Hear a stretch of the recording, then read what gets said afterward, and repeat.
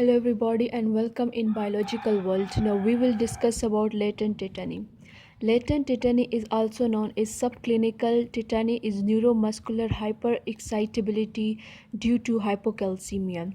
Calcium की कमी की वजह से न्यूरोमस्कुलर हाइपर एक्साइटेबिलिटी हो जाती है जिसे हम लेटेंट टेटनी भी कहते हैं. It is characterise by general weakness and cramps in the feet and hand. Hyperexcitability in this patient is detected by some sign which do not appear in normal person.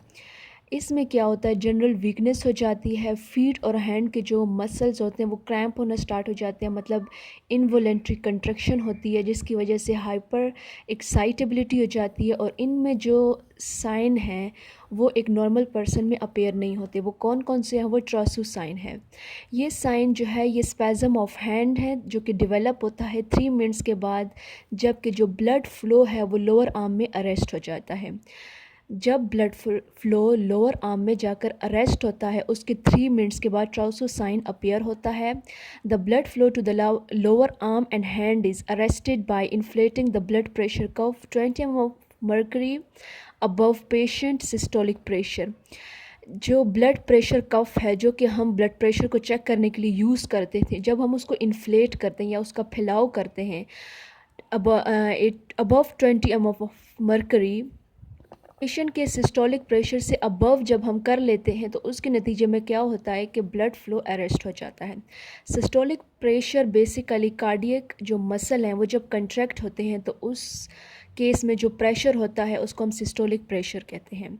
Now जो second one sine है वो है Chvostek sign. This sign is twitch of facial muscles caused by gentle tapping over the facial nerve in front of ear. It is due to hyperexcitability of facial nerve. Chvostek sign जो है ये basically twitching को कहते हैं हम, या कोई भी मरोड़ या कोई भी किसी किस्म का टच फेशियल मसल्स पर जब होता है जो कि जेंटल टेपिंग होती है फेशियल नर्व की एयर की फ्रंट पे फेशियल जो नर्व है उसकी टेपिंग होती है, जेंटल टेपिंग होती है, जिसकी वजह से फेशियल मसल जो है वो ट्विच कर जाता है या मुड़ जाता है या कुछ भी हो जाता है. ये क्यों होता है? ये हाइपर एक्साइटेबिलिटी की वजह से होता है फेशियल नर्व की. Now the third one is अर्ब sign. Hyperexcitability of skeletal muscles even to a mild electric stimulus is called ERB sign.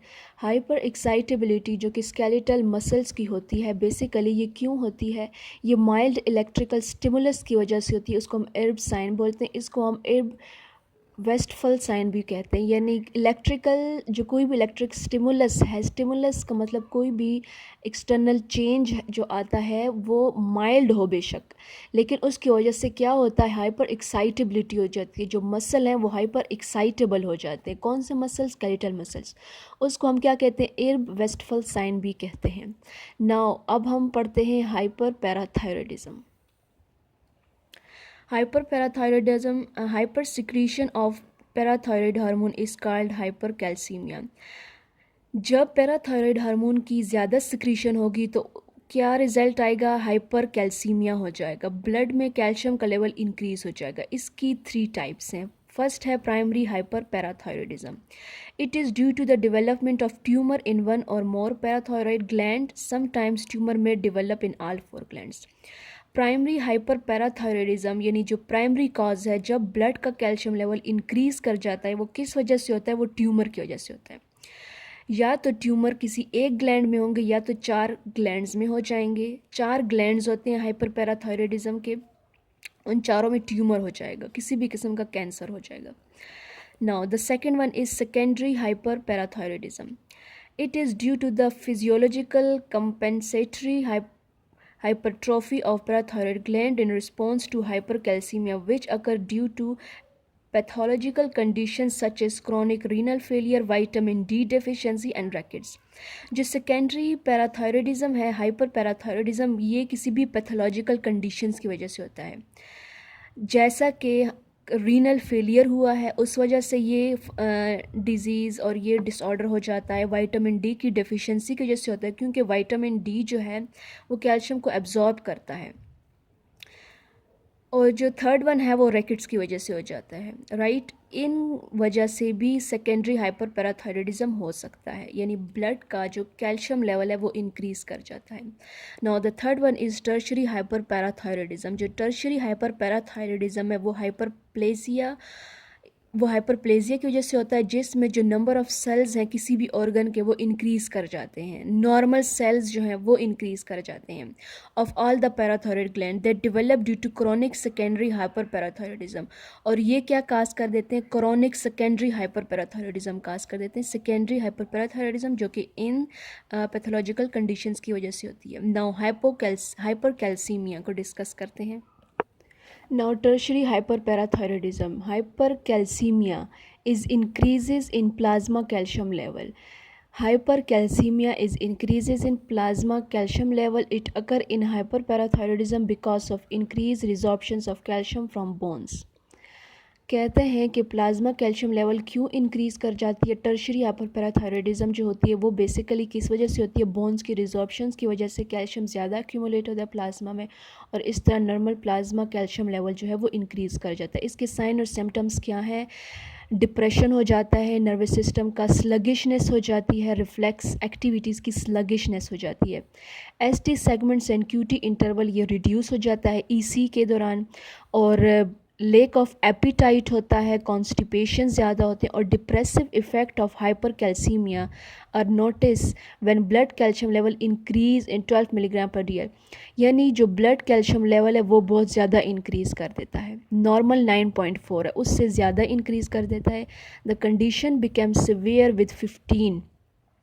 जब ये नंबर जो है 12 से 15 हो जाए तो ये ज़्यादा सिवियर हो जाता है, और ये लीथल हो जाता है जब ब्लड कैल्शियम लेवल 17 तक पहुँचे, यानी ब्लड में कैल्शियम का बहुत ज़्यादा क्यूमुलेट होना भी फैटल होता है, right. No over effect of hypercalcemia क्या है,